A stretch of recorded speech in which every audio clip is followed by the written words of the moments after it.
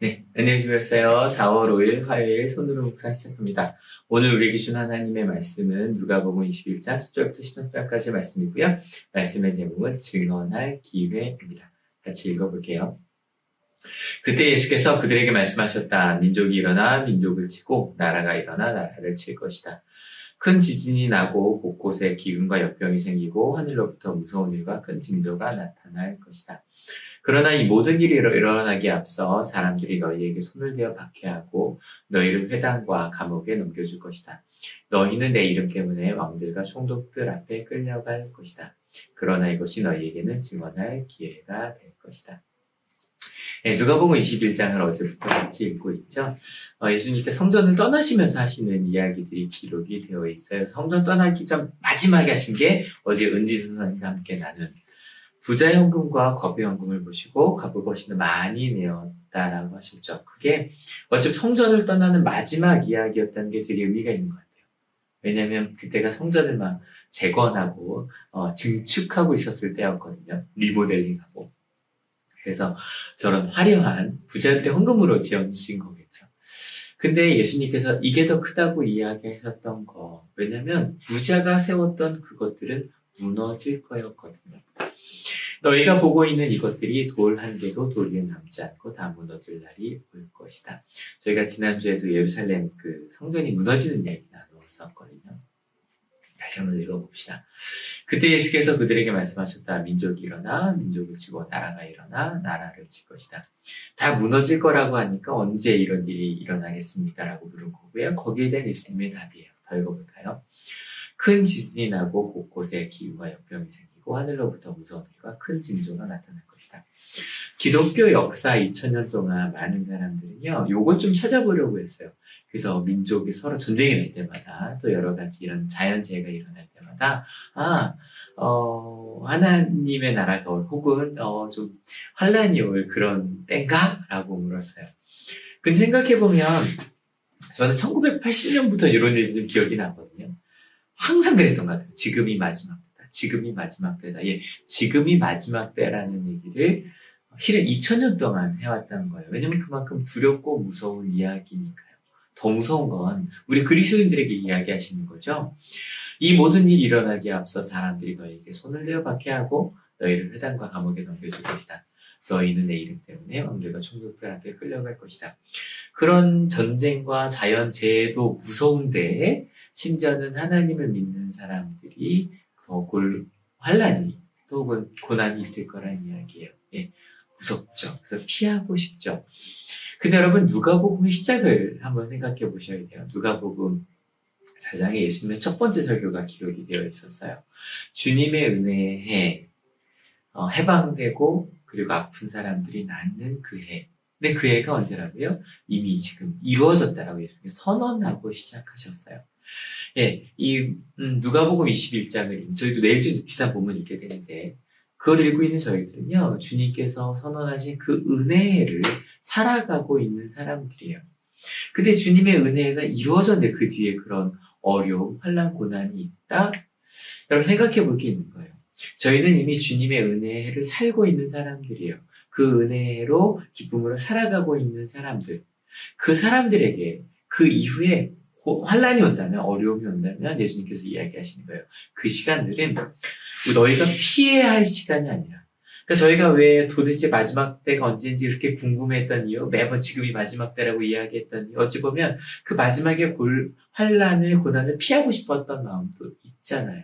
예수님이 얘기하시는 그게 오히려 너희에게 증언할 기회가 될 거라는 거예요. 주님의 은혜를 살고 있는, 하나님의 은혜로 살고 있고 기쁨으로 행복하게 살고 있는 너희가 그 어려울수록 사람들이 이야기할 때 하나님의 은혜는 이런 거예요.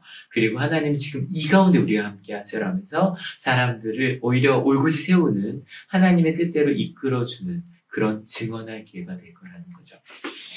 여러분 오늘 우리에게 주신 하나님의 말씀 무엇이었을까요? 예.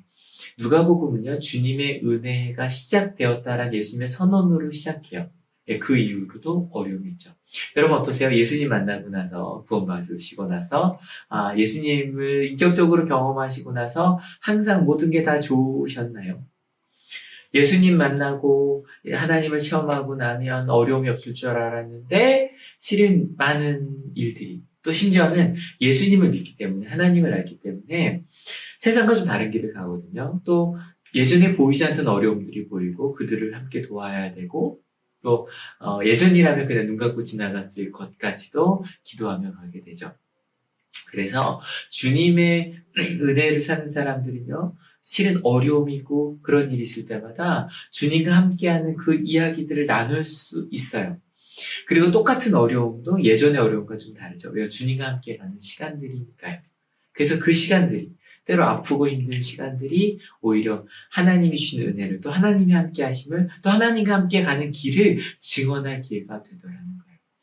여러분 지금 어떤 시간들을 보내고 계세요? 하나님은 막 은혜를 기쁨을 체험하고 있는 어찌 보면 누가복음 20장까지 이야기처럼 예수님과 함께한 제자들처럼 그렇게 하나님을 더 깊이 체험하고 있는 시간일 수도 있고요. 아니면 이미 21장에 이야기하고 있는 아프고 힘들고 주님의 은혜가 꼭 필요한 그 시간을 살아가고 계실 수도 있어요. 근데 저희는 주님과 함께 가고 있잖아요. 그래서 주님과 함께 했던 그 이야기들이 오히려 나누어지고 필요한 시간들이 아닐까. 저희 주일날 나눴던 말씀 기억하시죠? 어쩌다 하늘에 왔어요. 어쩌다 하늘에 와서 어떻게 할까요를 물어요.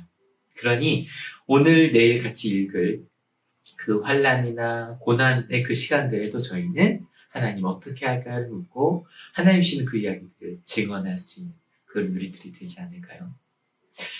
아프고 힘든 시간을 지내고 있는 분들이 계시다는 걸 알아요. 같이 기도하며 갑시다. 근데 그때 하나님이 내게 주신 것들을 기억하며 잘 이겨내고 계신 분들, 또 이겨내신 분들이 있으시잖아요.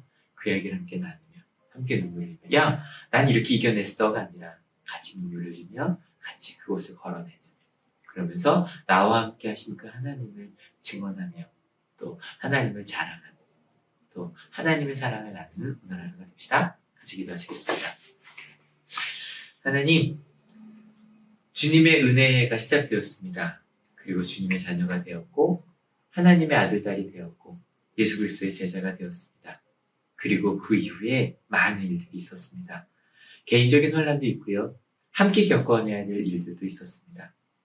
예전에는요, 왜 이런 일이 내게 있지? 하나님을 날 사랑한다면 이런 일이 없어야 되는 거 아니야? 라고 생각했던 적이 있습니다. 그런데 이제는 이때를 위한 믿음이었고 또 하나님의 은혜를 알기에 똑같은 고난과 똑같은 어려움도 좀 다르게 겪어내게 되었고 이겨내게 되었고 오히려 그 시간에 나의 아픔보다 옆에 있는 사람들을 함께 돌보며 함께 갈 수 있는 그런 기회가 되었습니다. 오늘 하루도 그런 하나님께 받은 은혜를 증언할 기회가 있겠지요. 그렇게 내가 받은 사랑을 나누며 또 함께 어떻게 할까를 물으며 가겠다고 결단하는 하나님의 귀한 자들 머리 위에 예수 그리스도의 사랑과 하나님의 은혜와 성령 하나님의 인도하심이 지금으로부터 영원토록 함께 없으시기를 간절히 축원하옵나이다. 아멘. 여러분 때문에 행복합니다. 사랑합니다.